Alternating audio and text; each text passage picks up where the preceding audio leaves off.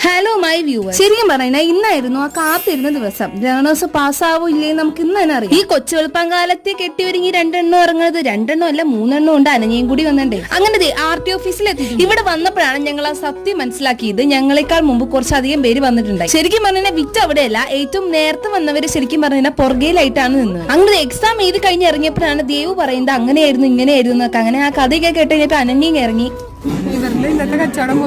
എല്ലാം കഴിഞ്ഞ് ഇറങ്ങിയപ്പോഴാണ് ഞങ്ങൾ ഒരു കട അവിടെ കണ്ടത്. അപ്പൊ നമുക്ക് അവിടെ അങ്ങ് കയറാൻ. അനന്യ പറഞ്ഞത് സത്യമാണെന്ന് പറഞ്ഞോട്ടെ ഞങ്ങളായിരുന്നു അവിടുത്തെ ഫസ്റ്റ് കസ്റ്റമർ. ഞങ്ങൾ എല്ലാവർക്കും ഈ അവക്കാഡോന്റെ ഈ ബാഗ് ഉണ്ട്. അപ്പൊ മറ്റൊരു താറാവ് കുഞ്ഞിന്റെ ബാഗില്ലേ, ആ ബാഗാണ് പെട്ടെന്ന് ഓർമ്മ വന്നത്. ദേവിന്റെ സംശയം അതല്ല, ഈ കാണുന്ന പൗച്ചൊക്കെ മേടിച്ചുകൊണ്ട് പോയാൽ പിള്ളേര് ക്ലാസ്സിൽ ശ്രദ്ധിക്കുമെന്നാണ്. ഒരു സെക്ഷൻ മൊത്തം നല്ല ക്യൂട്ടായുള്ള പാവകളുടെ കണ്ടത്. എനിക്ക് അതിന്റെ ഏറ്റവും ഇഷ്ടമായത് ഈ ആനക്കുട്ടി കട്ടി. ഈ ആനക്കുട്ടി ഇത്ര ഭംഗിക്ക് വേറെ ഒന്നിനും തോന്നിയില്ല. ഞങ്ങൾ 3 നേരം ലേണേഴ്സ് പാസ്സായിട്ട് ഞങ്ങളെ കുറച്ച് പ്രഹസനം കണ്ടിട്ട് നമ്മുടെ വീട് വൈൻഡപ്പ് ചെയ്യാം.